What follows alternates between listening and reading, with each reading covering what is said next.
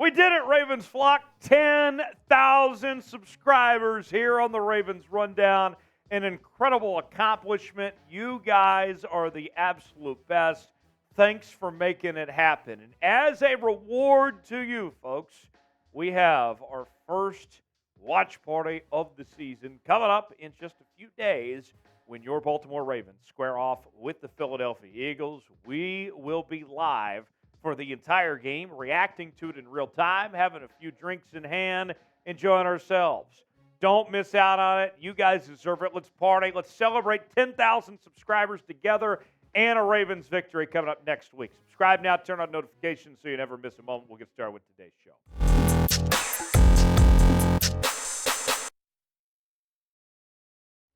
Training camp's in full swing. On today's show, I got 5 under-the-radar players to watch for the Baltimore Ravens throughout camp and this season. We'll go ahead and get started with a guy that has been turning heads throughout this entire offseason, Nelson Agholor. The Ravens signed him from the New England Patriots, and some people were shaking their heads at this signing. Like, really? Nelson Agholor? To me, personally, I've always liked Nelson Agholor. I think he's a very solid receiver. He has made his presence known on some pretty decent teams. You could argue the Eagles would not have won that Super Bowl without Nelson Agholor a couple of years ago. Well, now we've seen, whether it was the OTAs, the offseason programs, and now carrying over to training camp, Nelson Agholor, sure, he might be the number 4 receiver on this roster, but he is still going to have an impact and make his presence known on this Baltimore Ravens team. John Harbaugh had this to say about Nelson Agholor recently. He's a pro. Nelson knows how to play. He's big, rangy receiver like you saw when he made that catch. He runs routes really well. He's a hard worker. He knows what he's doing. I'm glad we have him. Agholor, a 2015 first-round pick out of Southern California. Big Ten legend, right? Previously played for the Patriots, Raiders, and Eagles, including that Super Bowl championship that he had with the Philadelphia Eagles. So Nelson Agholor maybe hasn't been Pro Bowl caliber, but he's been a solid receiver throughout his career. And I think that he still has something left in the tank at this point. You look at the statistics. Sure, well, the last couple of years didn't maybe go as great as he wanted. But could you imagine if the Ravens were able to get somewhat close to the player we saw in 2020, which wasn't that long ago? I think the Ravens would be thrilled if they could get that out of Nelson Agholor, even if it's just a little bit better than what he did in 2021. And based on how workouts are going, the work he's putting in, it seems like Nelson Agholor could be on his way to doing so. So, our pinned comment today, do you believe in Nelson Agholor or not? Very simple question. If you believe in Nelson Agholor, type Y for yes. If not, type in for no. It's our pinned comment today. You might get an ad break. If so, take advantage of it. Get your votes in. Tell me what you think. Y for yes, in for no, if you believe in Nelson Agholor or not. Number 2 on our list is Trenton Simpson. And Trenton Simpson, there's speculation about his future with the unknowns of Patrick Queen. How much will the Ravens depend on Trenton Simpson? Well, I can tell you this.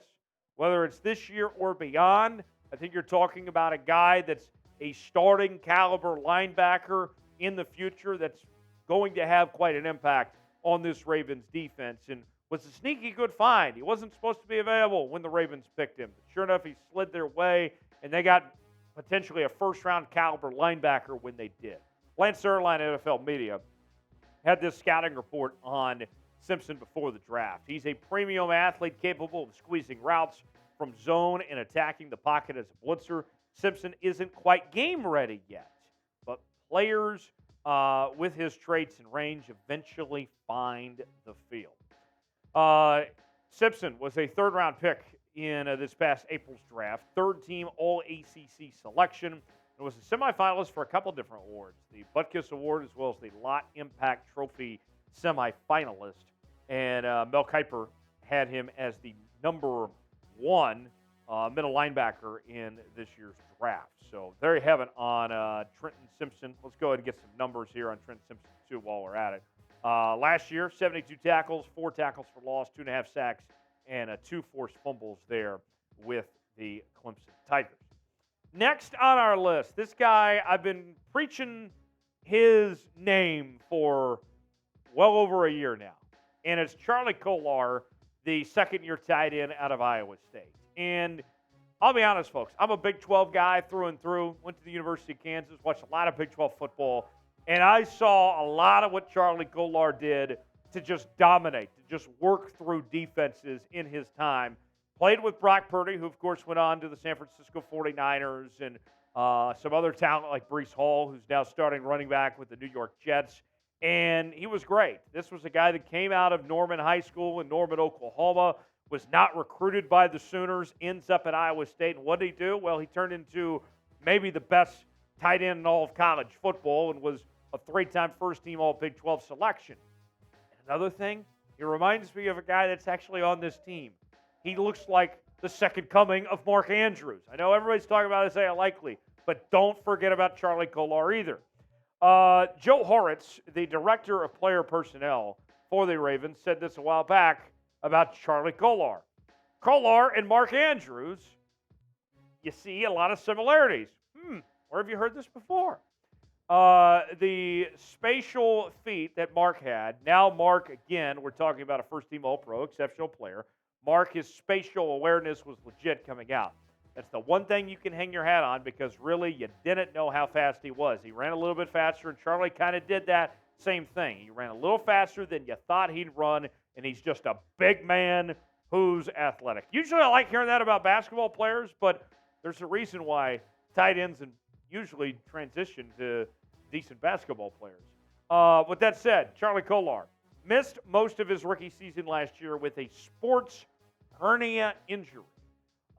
We've seen him be at full speed, still getting acclimated to this offense. This is really like his rookie year, essentially, after missing most of last year. So, sure, it might not be an instant impact right away. Let him learn this offense and get accustomed to the NFL ways of doing things. But once he does that, I think you're really going to like what you see out of Charlie Kolar. Name a breakout player to watch for the Ravens this year. We've gotten a few names already. Obviously, there's some others out there. But tell us in the comments section of who comes to mind of a breakout player to watch.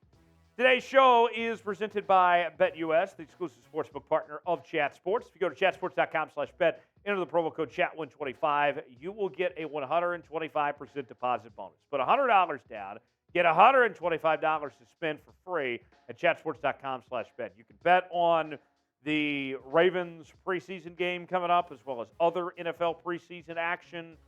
Maybe you want to bet on some baseball, your Baltimore Orioles. Maybe you're feeling some soccer, golf, motorsports, whatever. You can bet on all of it at BetUS. Chatsports.com/bet, promo code CHAT125 for more.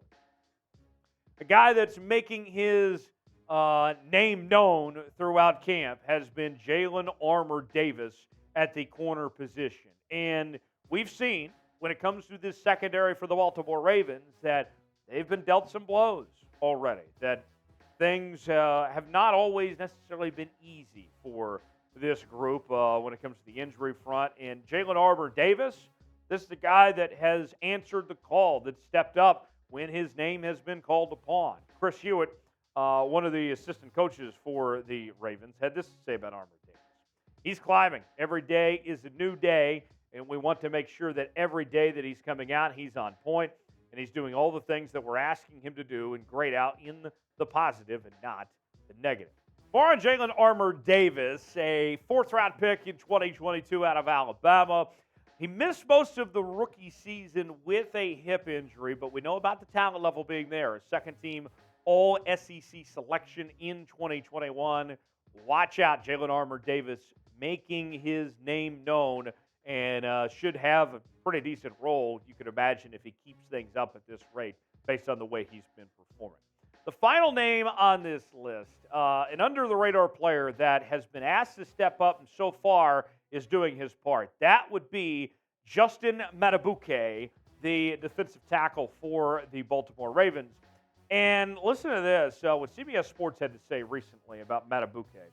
Leading the charge was fourth-year defensive tackle Justin Madubuike. During an 11-on-11 drill, the Ravens offense started with a short completion from Lamar Jackson to Nelson Agholor.